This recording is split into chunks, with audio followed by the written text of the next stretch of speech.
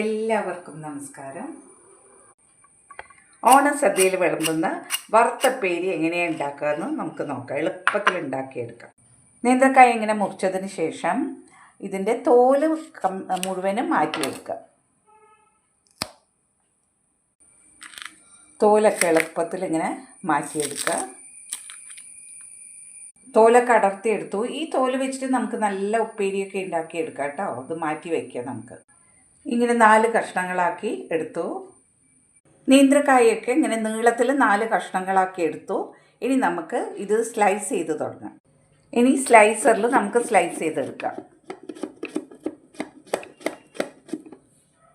കണ്ടോ, ഇങ്ങനെയുള്ള സ്ലൈസായിട്ട് കിട്ടണം. സ്ലൈസർ ഇല്ലെങ്കിൽ നമുക്ക് നേരിയതായി കട്ട് ചെയ്തിട്ടും എടുക്കാം കേട്ടോ. ഇത് നന്നായിട്ട് സ്ലൈസ് ചെയ്തെടുത്തു. ഒരു പാത്രത്തിൽ കുറച്ച് മഞ്ഞളും കുറച്ച് ഉപ്പിടുക. കുറച്ച് ഉപ്പിട്ടതിന് ശേഷം നമ്മൾ സ്ലൈസ് ചെയ്ത് വെച്ച കായ ഒക്കെ ഒന്ന് കുറച്ച് നേരം അതിൻ്റെ കറ പോവാനായിട്ട് വയ്ക്കുക. കുറച്ച് നന്നായിട്ട് കറ പോകണം. നന്നായി കഴുകി വൃത്തിയാക്കിയതിന് ശേഷം ഒരു അരിപ്പയിലിട്ട് വെള്ളമൊക്കെ പോകാൻ വേണ്ടിയിട്ട് വയ്ക്കുക. ഇനി അടുത്തതായി ചെയ്യേണ്ട, ഒരു ഗ്ലാസ്സിൽ ഒരു നുള്ളു മഞ്ഞൾപ്പൊടി ഇടുക. കുറച്ച് ഉപ്പിട്ടിട്ട് വെള്ളത്തിൽ ഒന്ന് കലക്കി വയ്ക്കുക.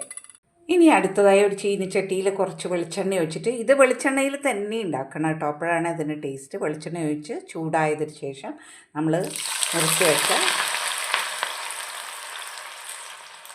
മുറിച്ച് വെച്ച കായ ഇട്ട് കൊടുക്കുക. ആദ്യം ഹൈ ഫ്ലെയിമിൽ വെക്കുക, പിന്നെയാണ് നമ്മൾ ഇളക്കി കൊടുക്കേണ്ടത് കേട്ടോ. ഇട്ട ഉടനെ നമ്മൾ ഇളക്കേണ്ട ആവശ്യമില്ല. ഇത് നന്നായിട്ട് നന്നായി മുരിഞ്ഞ് വരുമ്പം മഞ്ഞളും ഉപ്പും ചേർത്ത വെള്ളത്തിൽ കുറച്ച് ഒഴിച്ചു കൊടുക്കുക. അതിൽ വറുത്തപ്പേരിയൊക്കെ റെഡിയായി. നമുക്കിത് കോരി മാറ്റാം എണ്ണയിൽ നിന്ന്.